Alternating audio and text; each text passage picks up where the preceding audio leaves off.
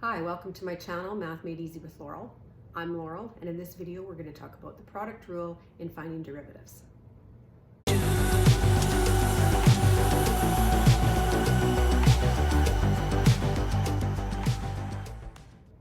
In the previous videos I've talked about 4 other derivative formulas, and hopefully you're very comfortable and confident with those rules. We're going to be using those rules in this video. What we're going to take a look at is a product of functions. So for example, if I had y equals 2x cubed times 4x plus 7, this is a function, this is a function of x, and we're multiplying. Now, you might be saying, well, Laurel, can't we just get rid of the product by multiplying through and just getting a polynomial? And I would say, yes, you can. However, we are going to get into many functions that we can't multiply. For example, if I had a power of 1/2 on this particular function, I cannot multiply those through. So the product rule is necessary, even though it might not seem like it in this video. The biggest mistake that I see students make when they're finding the derivative of a product is they just simply take the derivative of this and then they multiply by the derivative of this. And I'm telling you, that will not work. Don't make up a rule that doesn't exist. I will show you the correct rule. So again, we're going to use u and v to represent functions of our independent variable. And I'm showing that y is a product of those two functions. I'm going to show you what the rule is. The derivative of y with respect to x, so we're differentiating with respect to x, will be equal to the function u times the derivative of v with respect to x plus v times the derivative of u with respect to x, with different notation, and say that y prime will equal u times v prime plus v times u prime. I think the best thing to do is just go directly into examples so you can see how this works. In my first example, I have y equals 3x squared times 4x plus 2. So often I suggest to students that it might be best to define your u and your v and your u prime and your v prime in the margin of your paper, and then plug into your formula once you've identified every part of that formula. So in that case, I'm going to call this u and this v. So I would identify u as 3x squared, and I would differentiate that with respect to x. So u prime will be equal to 3 times the derivative of x squared, which is 2x. 3 times 2x is just 6x. Then v is 4x plus 2. Differentiate that with respect to x, so the derivative of 4x will be 4 times the derivative of x to the 1, which is simply 1, plus the derivative of 2, a constant by itself, the derivative is 0. So this derivative will be equal to u, which is 3x squared, times v prime, which is 4, plus v, which is 4x plus 2, times u prime, which is 6x. We're done the calculus part of the question. The remainder is just doing the algebraic simplification. So we're going to clean this up. We'll have 12x squared plus 6x times 4x is 24x squared, plus 6x times 2 is 12x. Combine like terms.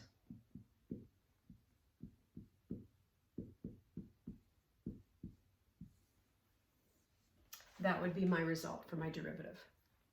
Now in this example, I'm going to do a quick check. I am going to multiply this out and then differentiate so that you can see that the rule does work. If I were to multiply 3x squared to 4x plus 2 first, I'd get 12x cubed plus 6x squared. Then I would differentiate this expression and I would get 12 times the derivative of x cubed is 3x squared, so 36x squared, plus 6 times the derivative of x squared. The derivative of x squared is 2x. So that would be 12x. And you can see the result is the same. This was easier, I agree, but you need to learn this method because you're not always going to be able to multiply it. Let's take a look at some more examples. In our second example, we have f of x. So sometimes you'll see y, sometimes you'll see f of x. And here's our product. So again, we are going to identify u, identify v, write those at the side, and differentiate each of them. So u is 5x squared minus 4x plus 1. So the derivative of that will be 10x minus 4. V is 2x squared minus 3. V prime will be 4x. I'm assuming that you're not having any problem with how to differentiate these polynomials. If you are, I recommend going back a couple of videos just to find out how to do that and practice that first. Now that we have these values identified, we plug everything into our formula. So f prime of x will be equal to u, which is 5x squared minus 4x plus 1, times v prime, which is 4x, plus v, which is 2x squared minus 3, times u prime, which is 10x minus 4.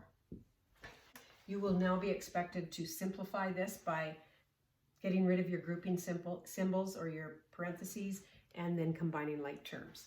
So it's just algebra from here on in. So 4x times 5x squared will be 20x cubed minus 16x squared plus 4x, plus I will get 20x cubed minus 8x squared. So 2x squared times this, then this, minus 30x plus 12. First, outside, inside, last. Now we'll combine our like terms. So I have x cubed, 20x cubed plus 20x cubed is 40x cubed. I have negative 16x squared minus 8x squared will be minus 24x squared. I have 4x minus 30x, so minus 26x plus 12. So that would be the derivative. If in any of these questions you're asked to evaluate the derivative at a specific point, you would just put the x value in and get a number. Let's try a few more examples. In our next example, we're working with displacement as a function of time. So we're finding the derivative of s with respect to t. Same process. Here's our u. So we're going to identify u as 5t squared minus 8. We're going to differentiate u with respect to t. So u prime will be 10t minus 0. V is 2t squared plus 4t minus 1. So now we're going to differentiate this with respect to t, and we will get 4t plus 4. So u is 5t squared minus 8. V prime is 4t plus 4. Plus v, which is 2t squared plus 4t minus 1, times u prime, which is 10t. The calculus part is done. Now it's just algebraic simplification. So 20t cubed plus 20t squared minus 32t minus 32 plus, let's erase all of this now, 20t cubed plus 40t squared minus 10t, combine like terms. 20t cubed plus 20t cubed is 40t cubed. 20t squared plus 40t squared is 60t squared. Minus 32t minus 10t is minus 42t, and then minus 32. In these questions, it is possible to check your answer by doing the product first and then differentiating and see if you get the same result. Let's look at one last example. I wanted to do an example where we had a lot of other letters in our function. We know we're working with a function of x. So x is our variable. We have to therefore assume that all those other letters, even though we don't know their values, they're constants. So A is a constant, B is a constant, C and D. They're all constants. So you treat them just like you treat the number 4 or 6 or whatever the number is. So it does get trickier because we tend to see letters and we think of them as variables, but in this case, they're not variables, they're constants. So we're going to do the same thing. We're going to find u prime and v prime. Let's start with u. U is ax squared plus bx. So when I find the derivative, I keep the constant or the coefficient, and then I multiply by the derivative of x squared, which would be 2x. Similarly, with this term, I keep the constant and I multiply by the derivative of x. The derivative of x is just 1. So u prime will be 2ax plus b. V, my function v is cx plus d. I differentiate that with respect to x, and I keep my constant and I multiply by the derivative of my function. The derivative of x is 1. So c times 1 plus a constant by itself, its derivative is 0. So here's my u prime, here's my v prime.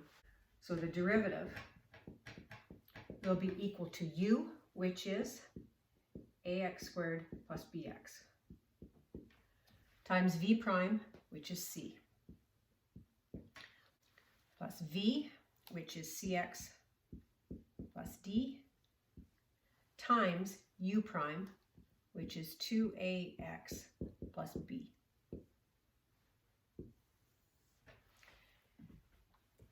It looks worse, but it's really the same procedure. It's just that instead of numbers, you have constants that you don't know. So the calculus part of the question is done. Now we're just doing algebra. So I multiply c through everything. And I like to keep the function part at the end. So I'm going to go a times c and then times x squared. So I keep the constant part together. Plus the same thing here, keep the bc together, times x. Plus the same thing here, I'm going to FOIL this. So I've got 2ac,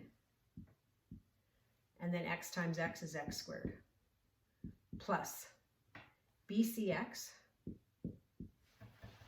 Let's erase this, we don't need this anymore.